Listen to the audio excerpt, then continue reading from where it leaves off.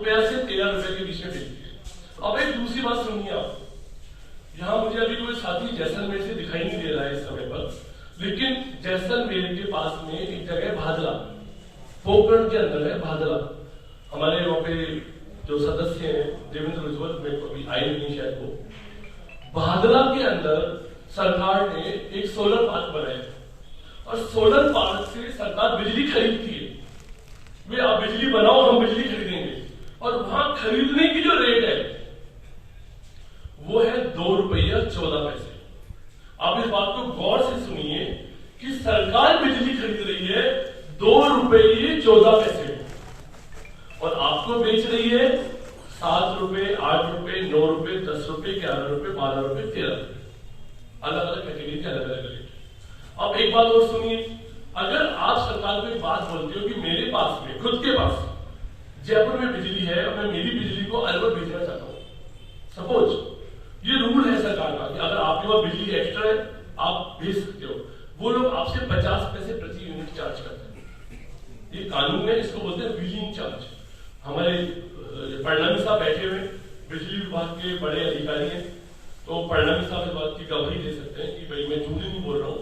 Wheeling charge 50 पैसे है, बिजली पैदा हो रही है 2 रुपये 14 पैसे में। अब अगर भादरा से जयपुर में बिजली लेता हूं तो वो क्यों नहीं 2 रुपया और 64 पैसा में मुझे मिलनी चाहिए।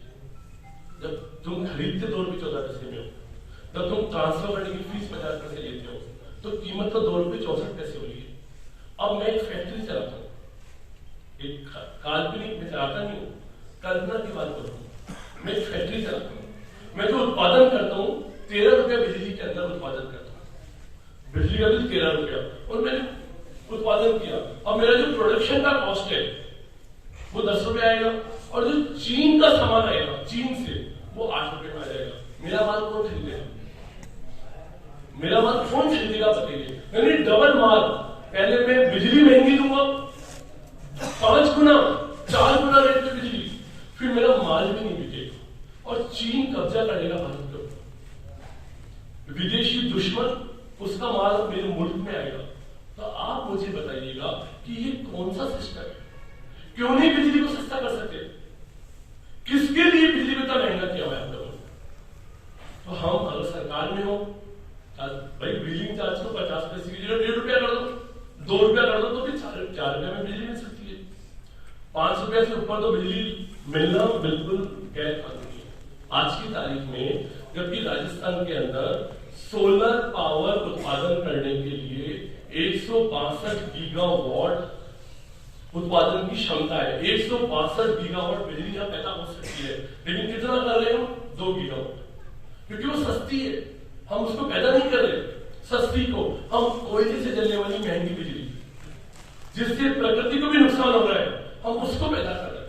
भाई हम वहां से बेचेंगे, भाई सस्ती भी मिल रही है, उससे प्रकृति की भी रक्षा होगी, उसको ले लो यार। उसको नहीं लेंगे, इसको लेंगे, जिससे तुम सबका हमेशा के लिए कभी गुलामी से बाहर ना निकल सके, कभी किसी की फैक्ट्री चल ना सके।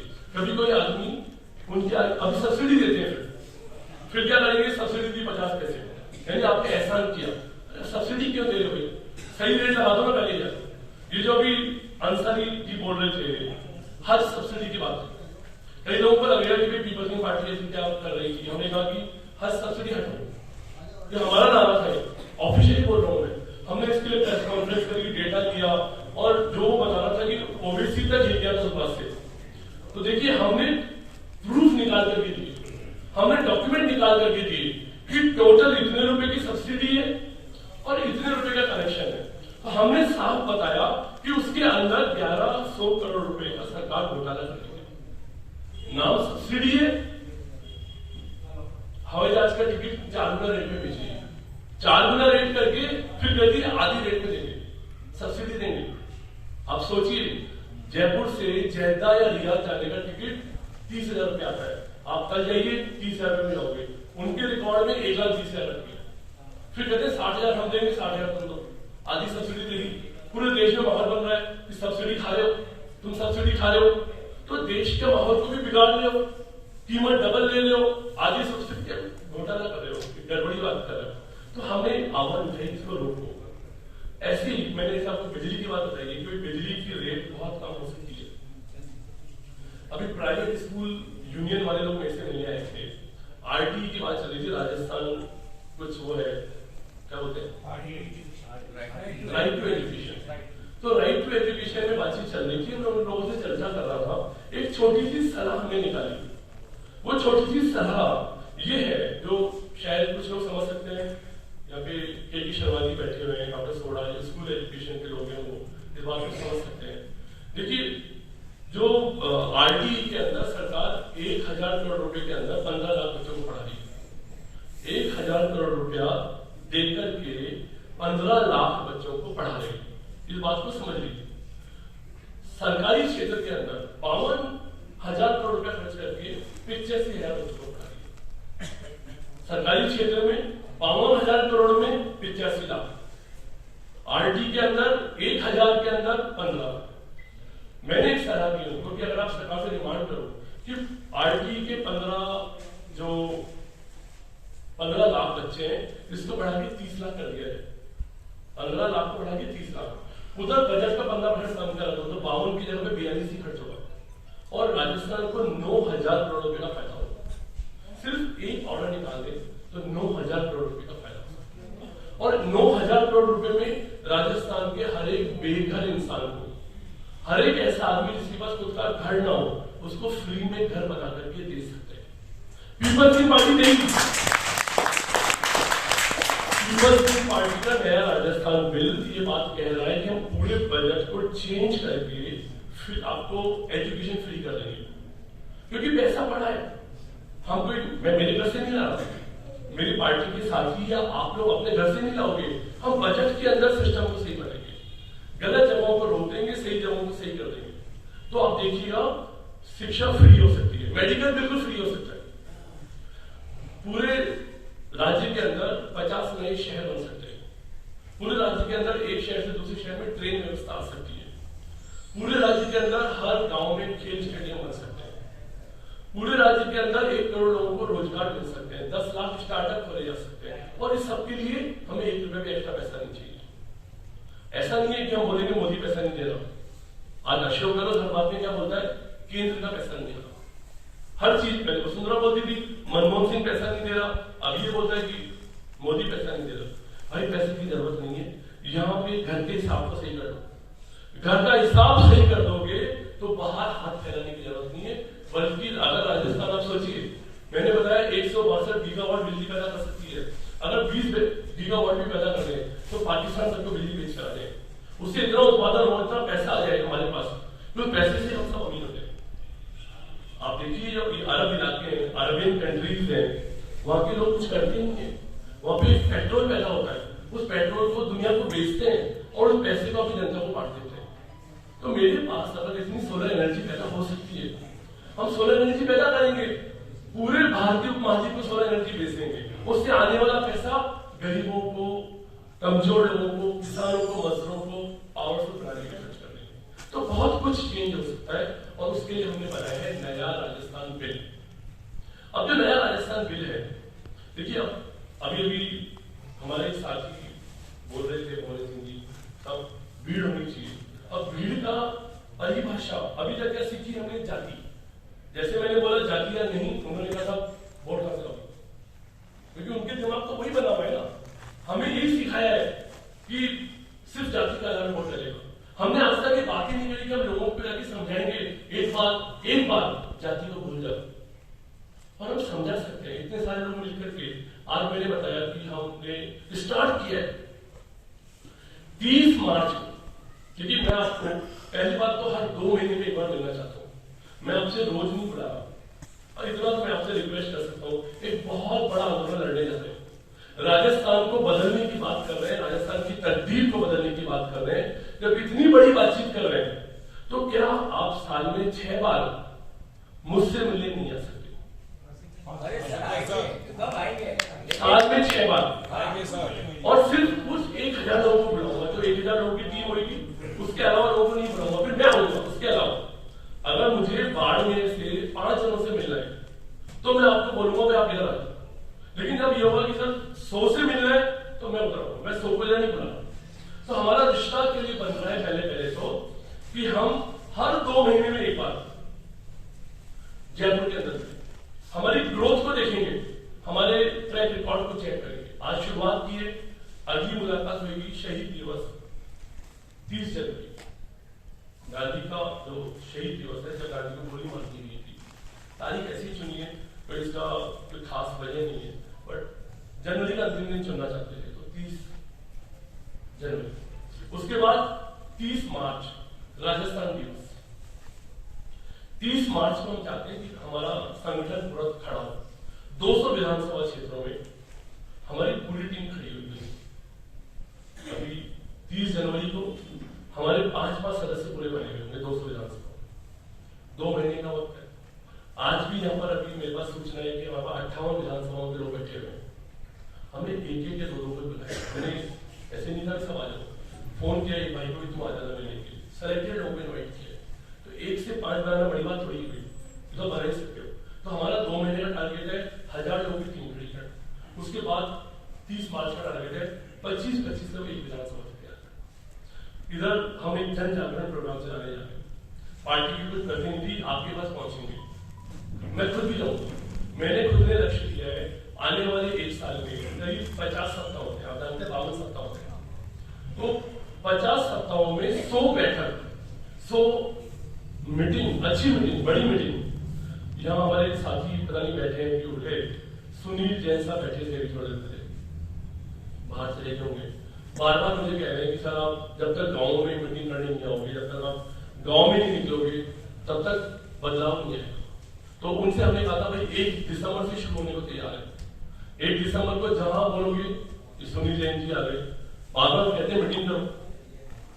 1 दिसंबर से 2 साल के रहने वाले, तो हम 1 दिसंबर से मीटिंग का अभियान शुरू करें और अगले 1 बरस में 100 विधानसभा क्षेत्रों में मैं खुद मीटिंग करनी थी। जहां मुझे आप बुलाना चाहते हो, अगर कोई भी साथी अपने विधानसभा क्षेत्र में मीटिंग करना चाहता है, कार्यालय से संपर्क करें मेघा जी से।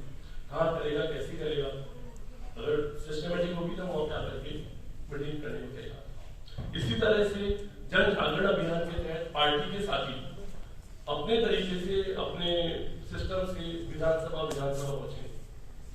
एक यात्रा हमारी अभी शुरू हो रही है, भवन जी नायक शुरू कर रहे हैं, जो हम 10 दिन बाद शुरू कर देंगे।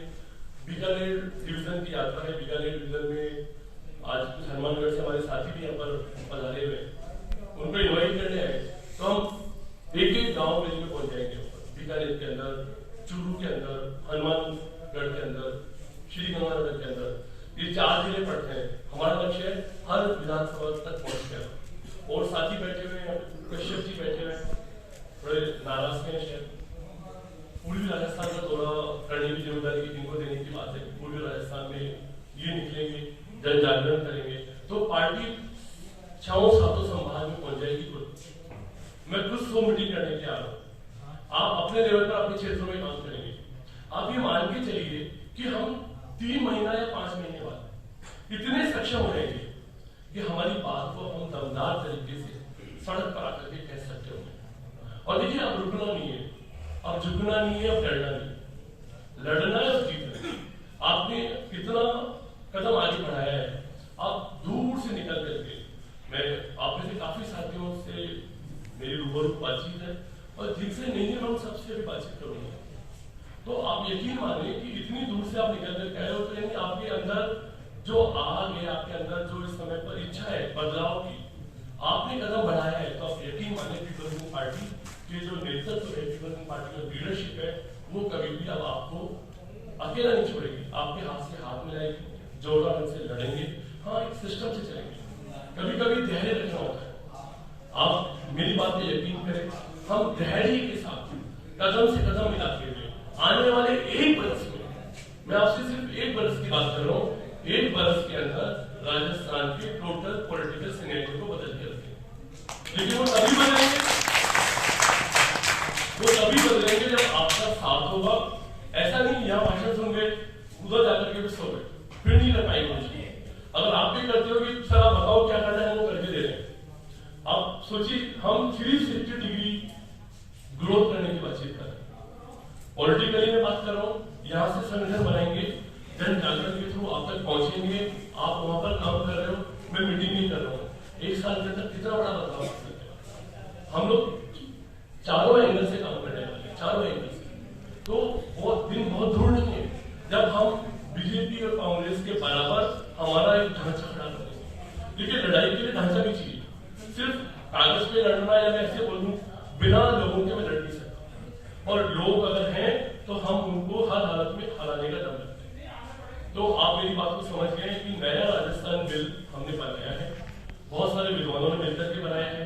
उस बिल को आपको दिया जाएगा, आप उसको देखेंगे और 200 विधानसभाओं में उसको पहले पास करवाएंगे। पीपल्स की पार्टी का जो जनता का मोर्चा है वो मोर्चा पास करेगा, हाँ ये हम चाहते हैं कि ऐसा बिल है। उसके बाद सरकार के पास जाएंगे, ये बिल पास करो। जब सरकार बिल पास करने में आनाकानी करेगी, पहले हाथ जोड़ेंगे, रिक्वेस्ट करेंगे, उनके सामने जाके धरना देंगे, उनके पास जाके प्रदर्शन करेंगे, और जब वो नहीं मानेंगे तब हमारा आखिरी हथियार होगा कि अब युद्ध होगा, चक्का जाम, अब युद्ध होगा, अब संघर्ष होगा, अब आमना सामना होगा। एक जोरदार आंदोलन लड़ेंगे, जोरदार गांधीवादी आंदोलन होगा, शांतिपूर्ण आंदोलन होगा, लेकिन आंदोलन नई तरीके का आंदोलन होगा। आंदोलन की रूपरेखा भविष्य में बताएंगे। आंदोलन में बीजेपी कांग्रेस जैसा नहीं होगा, डिफरेंट आंदोलन होगा, हम सब मिलकर तय करेंगे आंदोलन। और ऐसा आंदोलन होगा कि वो ऐसे जो कन्वेंशनल पॉलिटिशियंस है, जातिवादी पॉलिटिशियन, परिवारवादी पॉलिटिशियन, पैसे देकर के बनने वाले एमएलए, दारू देकर के बनने वाले एमएलए, उनके युग को सलाम कर देंगे। जो लोग शराब के दम पे एमएलए बन जाते हैं, जो पैसा देके एमएलए बन जाते हैं। अभी कल ही कांग्रेस के एमएलए ने बोला, भाई मैं तो जब मंत्री बनने की बारी आती है तो बहन जी से टिकट खरीद के रहता हूँ। कांग्रेस के मंत्री ने बोला है कि बसपा में बहन जी से मैं टिकट खरीद के लाता हूँ, 5 साल मंत्री रहता हूँ, फिर जब दली बिछाने का टाइम आता है तब भाग जाता हूँ, फिर टाइम आने का आ जाता हूँ। यानी लूटने के टाइम पे आता हूँ, जब लूटना है तब लुटेरों की टीम के अंदर शामिल हो, लेकिन जब काम करना है तब नहीं हो। तो ऐसे जो लोग हैं, इनके समय को हमें खत्म करना है। नए लोग, नए विचार वाले लोग, नए बुद्धि वाले लोग जो विकास की बात करें, नए तरह का विकास। देखिए, हमें तैयार करना है किससे? चाइना से हमें लड़ने को तैयार होना है। मैं आप बात मेरी लंबी हो रही है, लेकिन मैं आपको एक बात याद दिलाना चाहता हूँ। अभी दिवाली पर मेरी एक आर्मी के कर्नल से बची थी, इंडियन आर्मी के कर्नल मेरे घर पर दिवाली हेलो विश करने आए थे। वो गलवान घाटी पर पोस्टेड थे। गलवान अपने नाम सुना है, डॉक्टर चाइना और इंडिया के बीच में काफी स्कर्मिश हुई है। उन्होंने बताया कि चाइना और इंडिया के ढांचे में रात दिन का अंतर है, उनका ढांचा अलग तरह का है। वो साइबर क्राइम के थ्रू कर रहे हैं, साइबर सिस्टम के थ्रू। वो कह रहे हैं कि हम जब हवाई जहाज के अंदर बैठते हैं, उनके कैमरे हमारे यहाँ पे लगी हुई नाम पट्टी का वो तब पढ़ लेते हैं कि कौन बंदा हवाई जहाज के अंदर बैठा है। और हमारा सिस्टम इतना खराब है कि हमारा जो इनसेट 180 है, 24 घंटे बाद गलवान घाटी के ऊपर से गुजरता है। 24 घंटे बाद वहां पे क्या होना, फोटो खींचता है और वो हमको 48 घंटे बाद भेज देता है।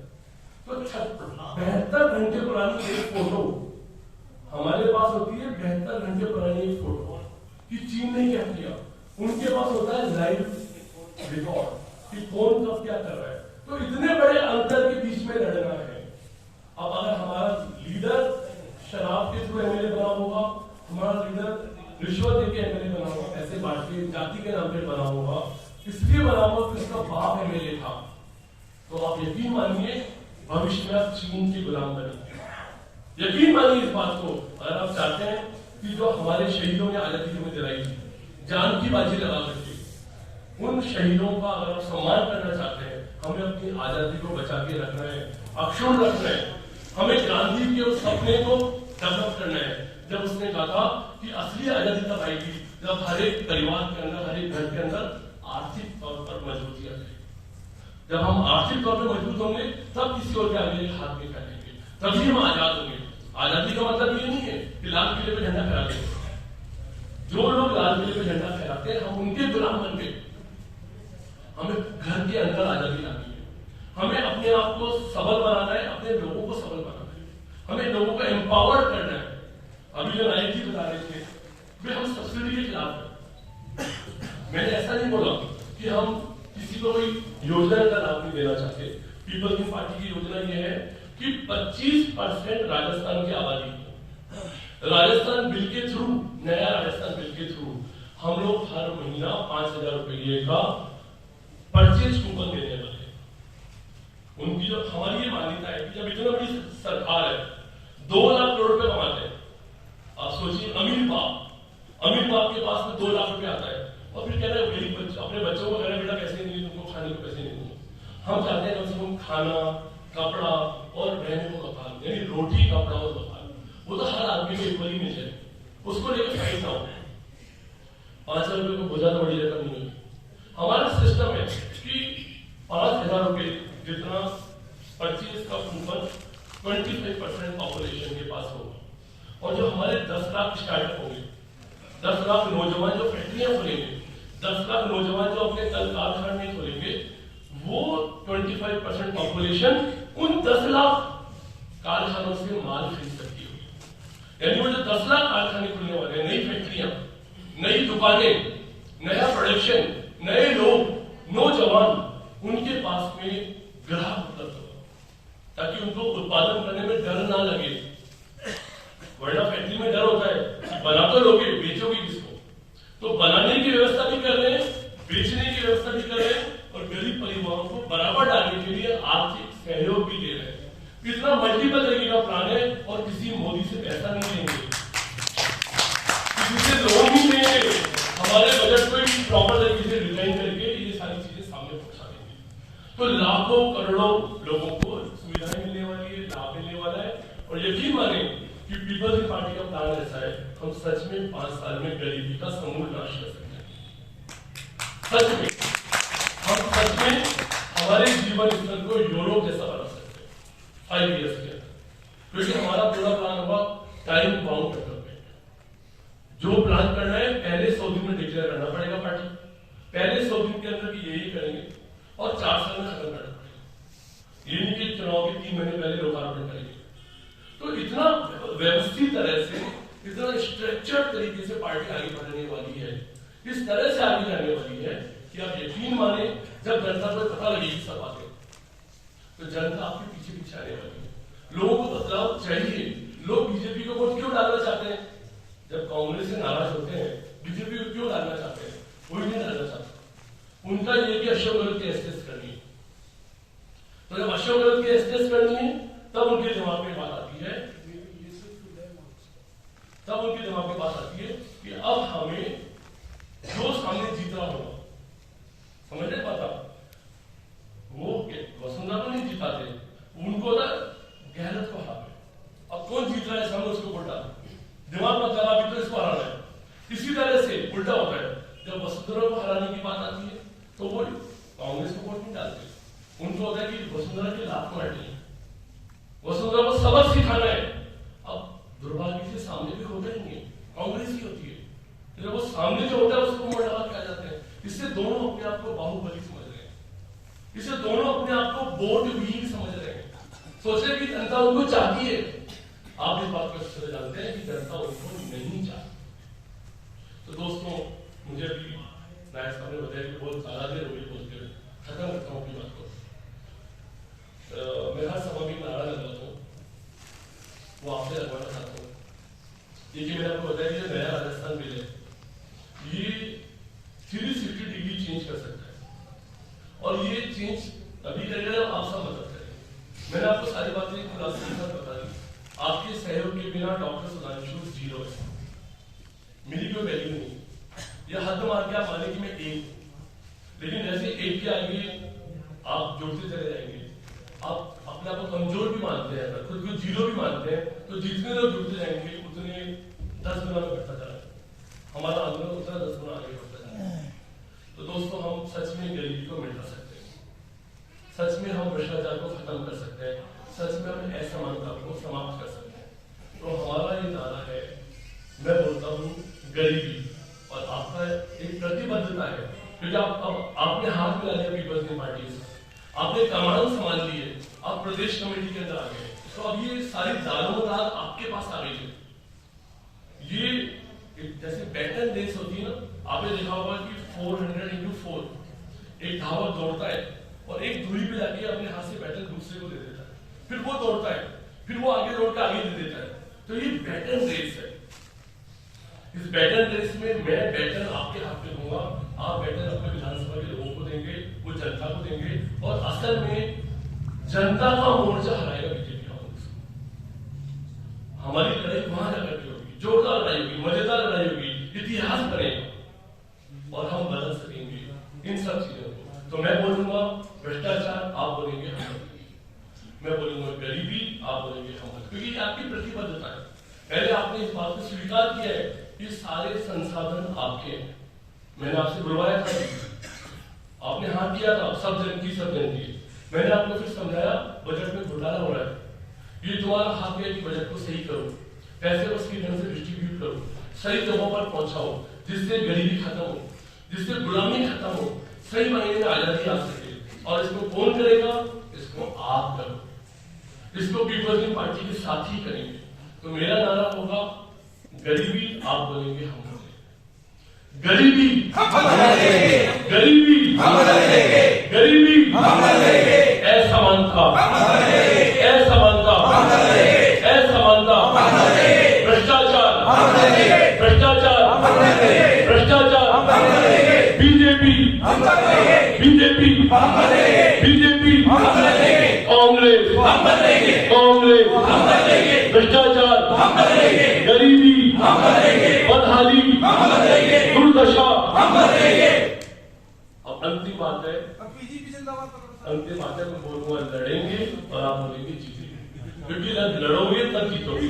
अगर तुम सिर्फ देखते रहोगे, सिर्फ देखते रहोगे कि बुरा हो रहा है, कुछ भी नहीं होगा। जब तुम कहोगे हाँ हम लड़ेंगे, तो मैं बोलूंगा हम लड़ेंगे, आप बोलोगे हम जीतेंगे। ये हमारा बाद में पीपल्स पार्टी जिंदाबाद कर देंगे। हम लड़ेंगे, हम लड़ेंगे, हम लड़ेंगे। थैंक यू दोस्तों, बहुत बहुत धन्यवाद। Peoples green party, peoples green party, जय हिंद।